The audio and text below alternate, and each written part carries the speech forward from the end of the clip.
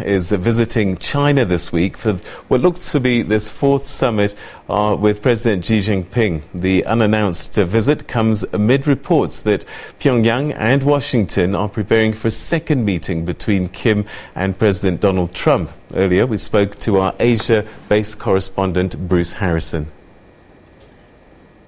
Well, this was an unannounced visit, as you mentioned. There was speculation here in Seoul that Kim would be heading to Beijing just yesterday, and then it was confirmed through North Korean and Chinese state media today. We saw signs of enhanced security at the North Korea-Chinese border and in Beijing as well, and then ultimately discovered that Kim had made his fourth trip to Beijing since taking power. The schedule is still unclear. They haven't released an exact agenda. North Korean state media has said the two leaders will be holding talks. We can go back to last week when Kim Jong-un was giving his New Year's address to give us a bit of an idea of what Kim may bring to the table when he does meet President Xi Jinping. Kim mentioned something he called multilateral negotiations, and that's multiple nations in discussions. And what Kim wanted to talk about, the ceasefire on the Korean Peninsula that's been in place since the end of the war, and replacing that with a permanent peace mechanism. One of Kim's goals he's voiced over and over in North Korean state media as well last year as this peace process has played out is that he wants a formal end to the Korean War and a peace treaty signed by multiple nations. So now it appears he's looking to China to help with that. But this visit isn't just about Kim's interests. China has significant interests as well. According to Chinese state media, this invite came from Xi to Kim, not the other way around. So perhaps the Chinese President Xi Jinping wanting to let the world know that China still has a significant role to play in North Korean affairs, despite what is a conversation that's largely been dominated in global media about the U.S. and North Korea. This comes amid trade talks as well between the U.S. and China.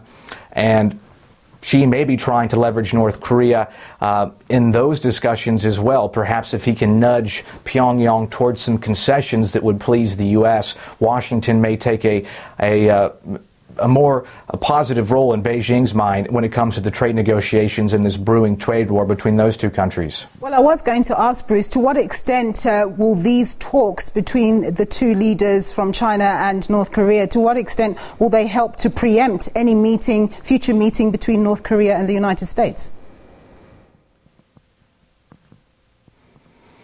Well, there's growing speculation that this Kim-Xi summit is a strong sign that there is progress towards a second summit between President Trump and leader Kim. There's a lot of speculation about perhaps Vietnam being the location of the summit, but that's beside the point right now.